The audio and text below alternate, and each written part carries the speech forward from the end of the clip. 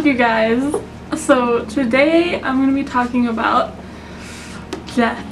A lot of people, including myself, have a lot of anxiety and fear surrounding death, and that's completely understandable. It's unknown.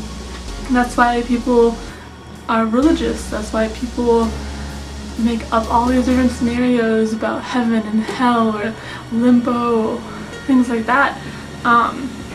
People are afraid of the unknown. I understand, I get it. I've been super anxious about death for so long and really fearful of it, and just wouldn't think about it because it would just make me really sad. And I'm sure I'm not the only one, but I just kind of wanted to give a good solution to how to kind of ease your anxiety and your fear, and what kind of helped me with my anxiety, because I am a very anxious person, and that was one of the huge things I was anxious about, was death. So yeah, I just wanted to help y'all out because I found something that helped me, and why not share it? Why keep it for myself? So one thing that really helped me with my fear and anxiety toward death is this book. Basically, it's just 300 near-death experiences that this psychologist collected and just put into a big book. But it's really cool to kind of see just different things people experienced, or their stories and what happened to them when they died for a second and then came back to life. But it's just really nice to kind of know something about the unknown that you wouldn't have previously known. It's a lot to know. But yeah, this has helped me a lot because it kind of talks about just what it's like. I don't know. A lot of the stories are very, very common. They have common themes within them. And what I've noticed with this book is that all the stories mostly have as you would imagine, a tunnel with the light at the end, or just a really bright light, and people are going towards it really fast. And then usually at the end, most of these, based on all these stories, I don't know, I haven't had one, but just that at the end is usually this really peaceful, calm meadow. Sometimes there's a tree in the meadow that people are going towards, and they just feel an overwhelming sense of peacefulness and calmness. And then a lot of times they'll see someone that they know, or just another being, and those people are debating on if they want to have them stay or make them go back. And of course they get sent back because they don't die, they come back to life. But they'll just zoom back out, and then they get pushed back into their body.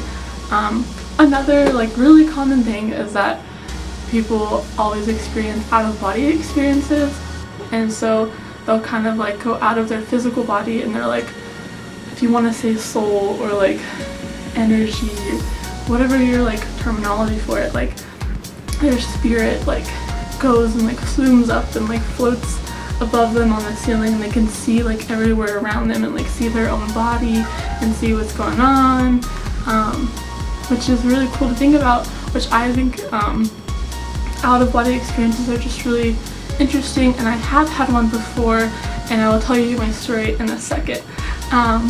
But basically, I like to contribute these near-death experiences to the same plane and same realm as astral projection. So if you don't know what astral projection is, this was just really brief. I can do a whole video on it.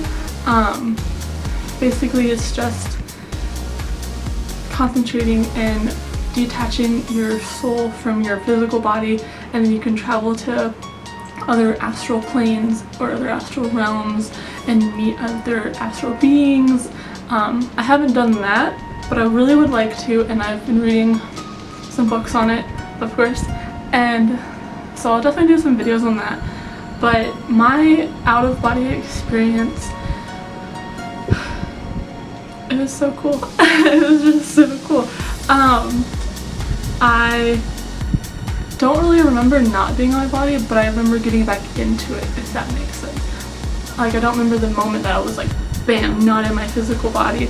But I do remember forcing myself back in because I felt like I didn't want to go back in my body, and it was like very unfamiliar and felt like a shell and just like this like physical shell that I had to be in, and I was like, I don't want to be in it. Like I feel so much better like outside of it. I just like, I'm like calm and happy. And I remember as I was like forcing myself back into my physical body, I had accidentally looked in the mirror because I like went to the bathroom, and I looked in the mirror and I just stood there and I was like, this is me, like this is what I look like. I've never like, it was as if I've never seen myself before, and I like noticed everything, and it was just interesting. And then I like started noticing my arms and like feeling like I was in my body again, and that I could like move my body, which I mean I moved it before, but like it's not the same. And then what was really hard for me was forcing my mind back into my head. So I like really think about like, okay, like think a thought, like think something, like get back in your head. And I felt like I was like jamming myself back into my head, and it was crazy. But that was just my out-of-body experience. But I can tell you that like when I was not in my physical body, it was like happiness and pure bliss. And it was definitely not a near-death experience, let me just clear that up. It was just like an out-of-body experience, and like you can achieve those through astral projection or through just concentration or meditation, or like even if you really want to, you could probably do like, I know psychedelics can help with that, but there's definitely ways to like do it without psychedelics, like meditation or concentration. There's a lot of astral projection techniques. But yeah, so I feel like that was kind of like a preview of what it was like to die. That sounds so morbid. But these stories like really helped me because I can kind of understand and like connect with the fact that it's peaceful and that it's not painful, or that like everyone's very, very happy, and like no one ever wants to go back. Every time they get sent back, they're like, oh, man, why did they send me back? I don't want to be here. But I don't know, it's just, I feel like now that I've read this, I'm a lot more comfortable with the idea of death. And don't get me wrong, I don't like want to die, like I'm not saying that, but I'm just saying like it's helped me not be afraid of it and not like be fearful or have tons of anxiety over it. And I think that's something I really struggled with for my whole life.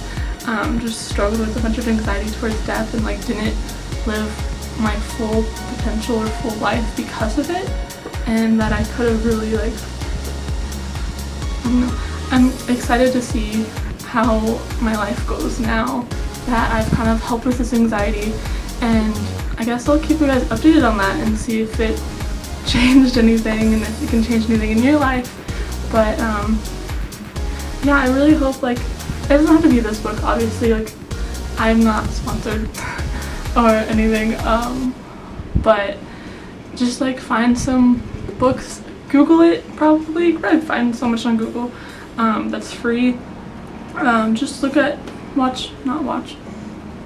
read, or I guess watch on YouTube, near-death experiences and like what they experience, and kind of collect all of this, like these different stories into one in your head and like see how it makes you feel. I know some people it won't help. This is obviously not an end-all be-all.